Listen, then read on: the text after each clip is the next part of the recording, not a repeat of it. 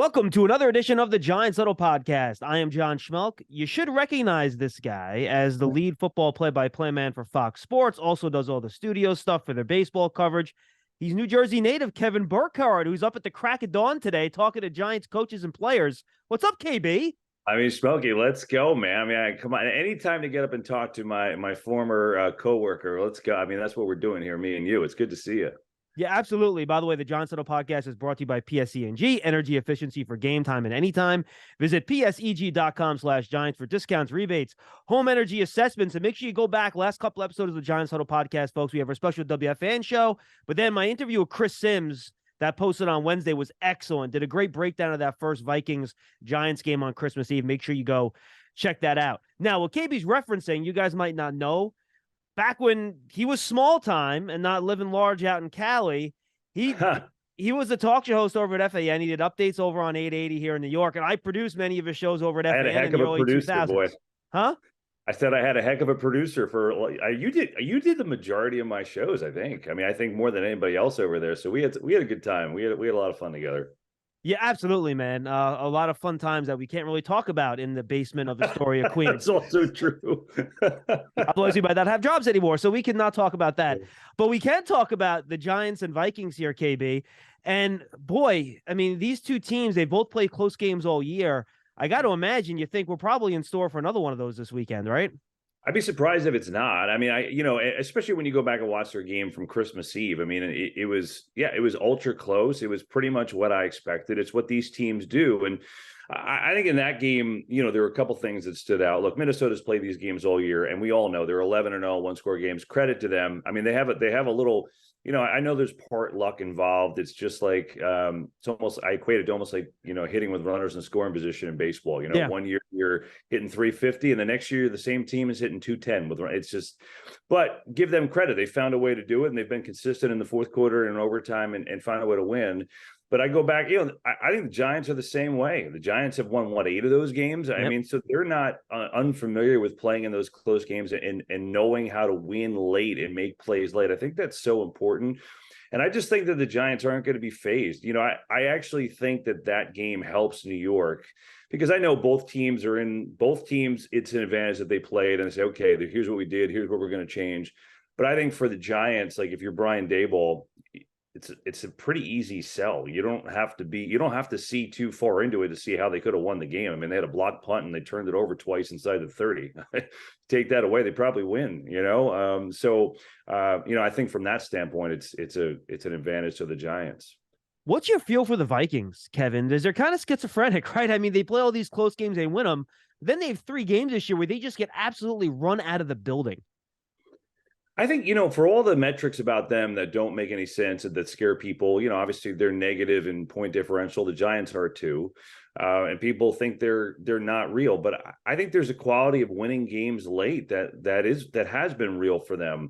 Look, I think the bottom line is this. They're explosive on offense with Jefferson, who is ridiculous. We know that. He can line up anywhere. I think since they've gotten Hawkinson from Detroit, he's been a real X factor for them because he's given them a little bit different dynamic. And so I think they could score at any time from anywhere on the field. But what has been an issue for them, and I think what will be an issue on Sunday, is their offensive line has struggled and now they're hurt. Brian O'Neill, their best player, the right tackle, is out for the year. He's a stud. And Bradbury, their center, I guess is going to play at the time we're taping this, but he's got back issues. And in that first matchup, Dexter Lawrence lived in the backfield. So that is an issue. And then for their defense, they've given up a lot of plays. The only thing for Minnesota's defense, which you, again, give them credit for, is in the big spots, second half of the season, third down, red zone, they've been very good. So they've given up big plays, but when it's mattered the most, they've gotten off the field. So I think they're just making enough plays at the critical times to win. And look, you can't apologize for that. So that I would sum them up that way. You mentioned Dexter Lawrence, Kevin. He didn't have a sack in that first game, but that was the most dominant 0-sack performance I think I've ever seen. That dude, and look, he's been doing it all year, so I guess I shouldn't be surprised, but he was living in the backfield, and that poor Austin Schlottman, who isn't playing center for them anymore, it could be Chris Reed if Bradbury can't go, to your point. Yeah. Boy, Dexter Lawrence and even Leonard Williams, who had 2 sacks in the game. To me, if the Giants are going to make noise on defense, it's going to be those inside guys that are going to do the damage. Well, the interesting thing is in that game is that, Wink Martindale blitzed 44% of the time. So for him, that's kind of middle of the pack. It was on the lower end of blitzes for him in the games this year. And in that game, they didn't have McKinney, obviously, and they didn't have Jackson. So, their top safety and corner are out. The reason why he's able to do that is because you put a couple safeties back to try and prevent the big Jefferson play, and because Leonard Williams and Dexter Lawrence dominated inside. So I think we know that Wink Martindale's going to blitz. That's who he is. It's how the Giants defense works. It's why they're successful. But I think the need to have to blitz is negated because they can dominate inside, and it allows them to mix up coverages on Jefferson. Jefferson's still going to get his yards. He's insane. But I think it does give Martindale some options, which is important. So what feel have you gotten for the Giants talking to Coach Dable this morning, talking to Wink and some of the other guys you've talked to? Yeah, I just think they're confident. I really do. I think they're confident for a number of reasons. Obviously, playing them the way they played them the first time. And they've kind of had these close game, playoff type games that they've been involved in. Obviously, the game in Minnesota, the 2 games against Washington, playing them Sunday night, comes down to the wire. They find a way to win it. I think the Colts game at home, where it was kind of a coronation, right? I mean, for Daniel Jones and to come in and, chanting his name after all that he's been through. I think this team's battle tested. And we'll see how they react. But I put it this way, Schmeelk, I don't think if the Giants lose, it's going to be because they, what down their leg. I think if they lose, they get outplayed or they make a mistake or whatever. I don't think the moment is too big for them. And I certainly get that sense talking to them. Yeah, and I think everything Daniel Jones has been through helps with that too, right? Like he's faced all the adversity you could face. You've seen him grow over these past 3-4 years, Kevin, doing these games. And he just seems to be in a good place in this offense with the coach, and that synergy really seems to have helped him this year. Yeah, and I think too that, the second half of the year, we last had the Giants on Thanksgiving. That's the last time that our crew had them in person. But obviously going back and watching their games, I think the thing that's pretty evident is that Daniel Jones now is throwing on the run more than anybody in the league. He didn't do that first half of the year. It was more rolling out and kind of running away from pressure. So they've kind of designed that and added it into the game plan, and he's been highly effective doing it. So, you combine that with his running ability, which is sneaky good, over 700 yards rushing this year. He right now is in the best place he's been in his career.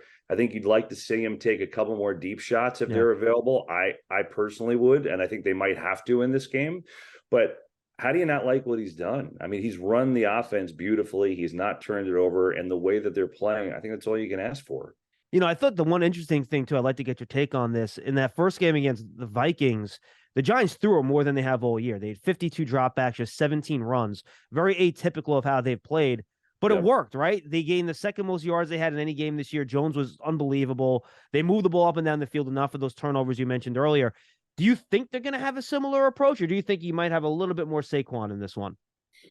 I think they're going to throw it a lot because I think you can throw it on them. They've allowed the second most 20 plus passes in the league. They've allowed the second most.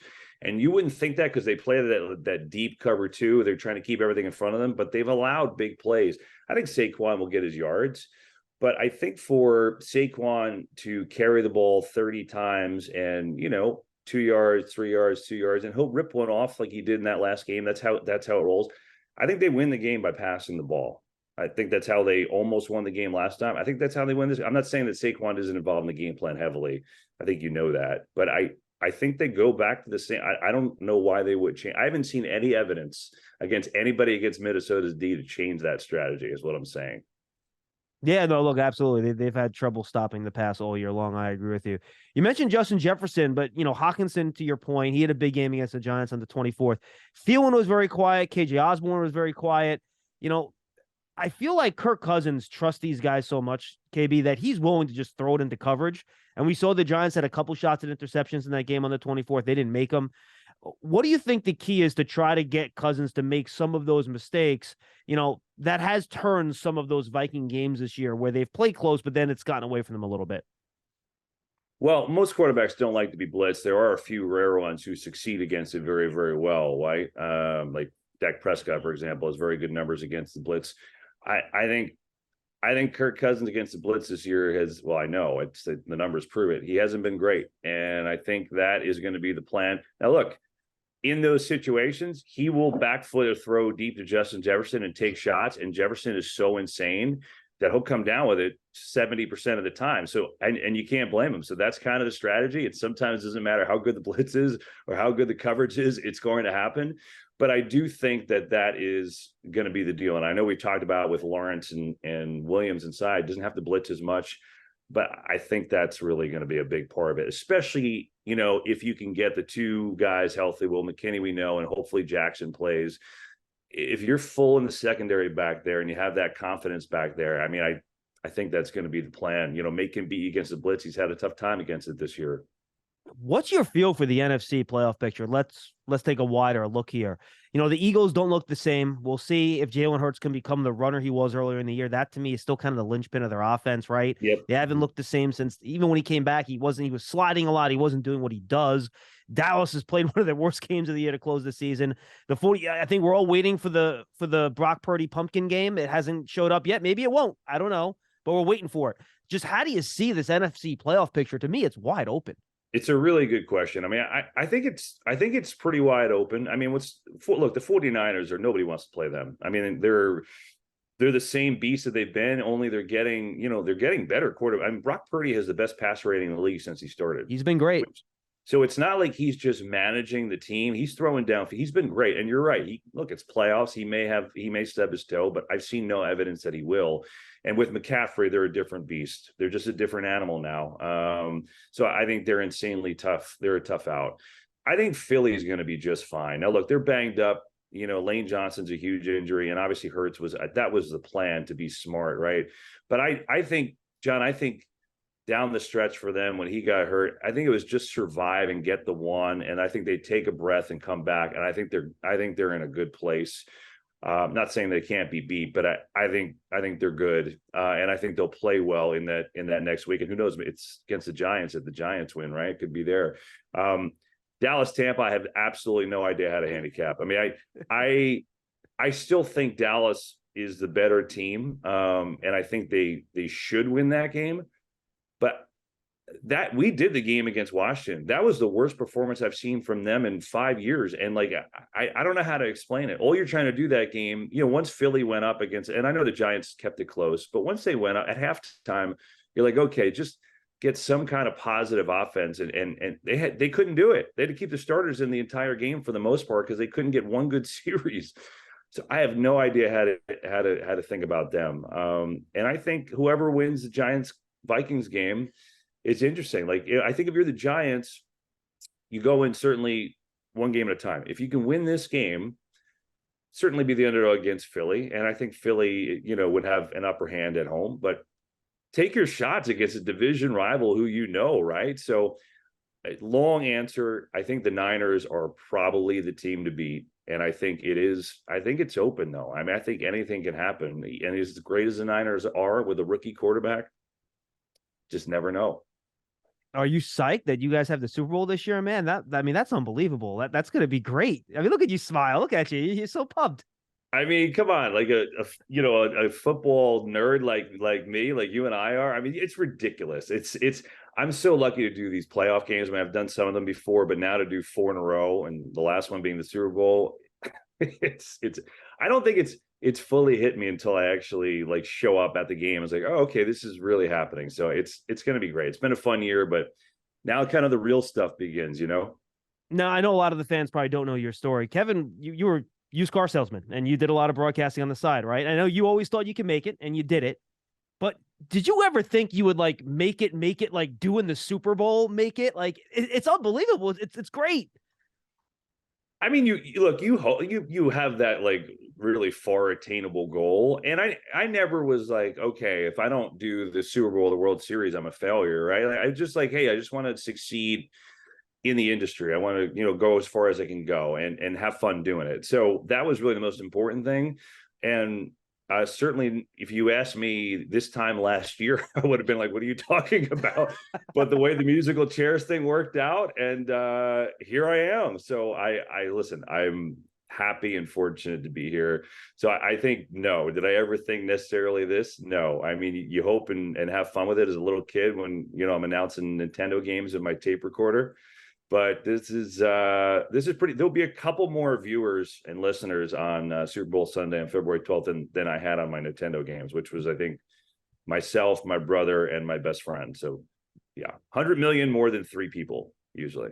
Yeah, a little bit. We had your partner Greg Olson on a couple months ago, and he talked about how you guys have basically banned all non-New Jersey natives from your booth, and you just like blast Bon Jovi and Springsteen and eat Taylor ham sandwiches the whole time. Have you taken that to California with you, or no? I mean, listen, I love California, but you can't get a Taylor ham, egg, and cheese out here. It's like every time I come back to Jersey, it's like it's an absolute must. But you will appreciate this. This is funny. Our pregame ritual, and we didn't even start it. Like our production manager kind of started it for us, and now we're like, our pregame ritual every game is we get Jersey Mike's in the booth. And listen, Jersey Mike's is a national chain, but it started in Point Pleasant, New Jersey. So like, you have to keep the Jersey ties flowing. It's just it's in our blood. You know what I mean? How do we get away from that? Hey, you're lucky, man. Greg's a great dude, and he is awesome at what he does, by the way. I love him. He's so good. He's so fun to be around. He takes it seriously. Obviously, he puts a ton of work into it, but he's fun. You know, and he brings that across, and he's passionate. And I think he also sees the game just different than a lot of people. Like there are so many times, John, I'm sitting next to him and he does something or talks about something, and we're talking all week, so I know what his brain is thinking. But he'll do something in the game, or he'll draw, and I'm like, oh, that's really cool. I didn't know that, and I'm sitting right next to him. So I think the world of him, man. I just think he's freaking awesome. Well, make sure you check out Kevin and Greg and their entire crew, Aaron Andrews, on Fox on Sunday. I believe the kickoff time officially is now 4:40. Make sure you tune in. They'll have coverage of Giants and Vikings all day long into the playoffs all weekend as well. Kevin, this was so much fun, man. It was great to catch up, and I look forward to seeing you in that beautiful stadium in Minneapolis on Sunday afternoon. Awesome to catch up. I got, my parents and all my old North Jersey high school buddies are fired up that the Giants are back in the playoffs. So can't wait to see you on Sunday, man. Good stuff, KB. That's the Giants Huddle Podcast. It's all brought to you by PSEG, energy efficiency for game time and anytime. Visit PSEG.com/Giants for discounts, rebates, and home energy assessments. We'll see you next time, everybody.